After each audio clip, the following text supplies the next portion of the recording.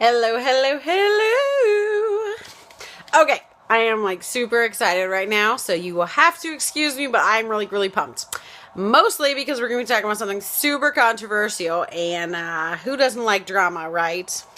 Well, actually, I don't really like drama. Like, I've never been one of those girls who really enjoys drama with other women. Like, not my thing. But you know that you love drama. Come on. At least a dramatic story, right? So, what I want you to do first, I want you to get a pen and a piece of paper because believe me, you're probably going to want it. That or get your phone ready to take notes on it because today, drum roll, someone, blah, blah, blah. That was my drum roll. Okay, before we get started, clearly you're going to notice that I'm weird, and I'm sorry. My kids make fun of me all the time because I'm weird, and I have nothing to say besides that's me. So anyway, when I do weird things, just let's move on, okay? Anywho, okay. So, what are we talking about that's so controversial? Well, we are talking about whether or not Jesus was actually real. And if he was real, was he actually God? So I'm going to be taking some information from Lee Strobel. He actually was an atheist who, an avowed atheist at that. He really felt like God was a fairy tale, and there's no way that someone even remotely intelligent would believe in God. He was actually an investigative reporter at the esteemed Chicago Tribune. He's also Yale law educated. So what's his face? This dude, hold up. Dr. James Kennedy, who's a PhD, basically said this about Lee and this book that I'm about to take some information from. He said, nobody knows how to sift truth from fiction like an experienced investigative reporter or to argue a case like someone trained at Yale Law School. Lee Strobel brings both qualifications. So essentially what I want you to understand is this is not some whack job off the street. He's highly intelligent as an atheist, and he goes on this journey to discover the facts. I might have gotten ahead of myself here, though, so let's back up a little bit. Basically, here's how he begins his story as he tells it. He had accepted an internship at the prestigious Chicago Tribune, like I said, and he was at a meal with his friend Urson.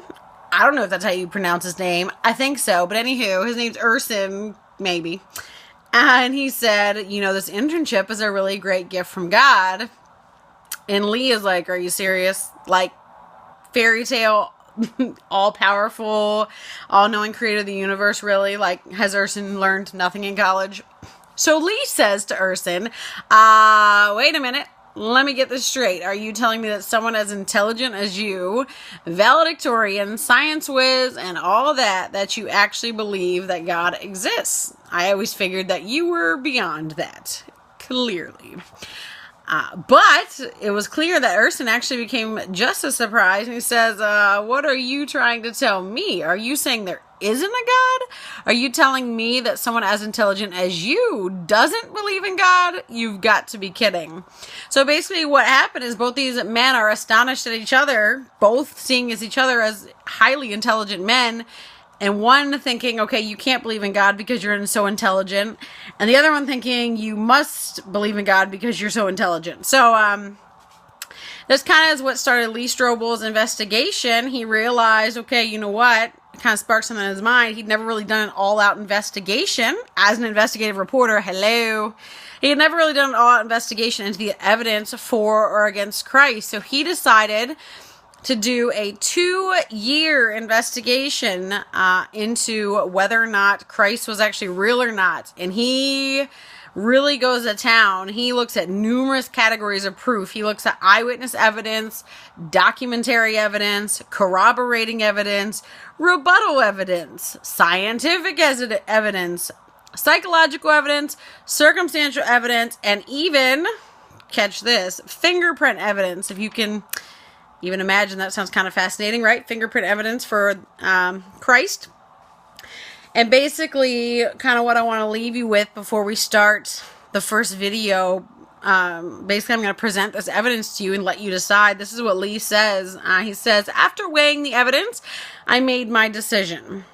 But I can't make yours. That's your choice.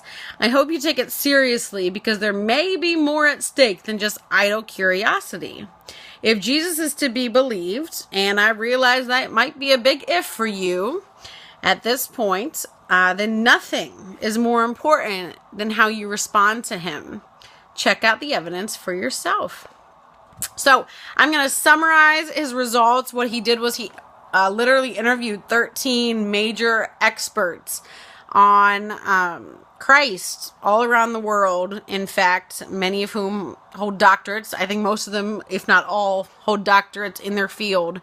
And I'm going to be breaking down the info for you because you guys, this is really, really fascinating information. As you can tell, I'm so freaking excited. And yes, you can say you're freaking excited about presenting evidence for or against Christ. So check out my videos. I'm going to have tons of them coming. And yeah, that's what I got. Come on this journey with me, you guys. Like I said, whether you're an atheist, whether you're a Christian, whoever you are, a Muslim, a Jew, it really makes no difference your interest in religion. I really do believe I stand on the same side of both Urson and Lee in that I really believe that as an intelligent human being, you really need to look into the evidence one way or the other and make a decision. So here we go. Click on my next video to find out some cool stuff.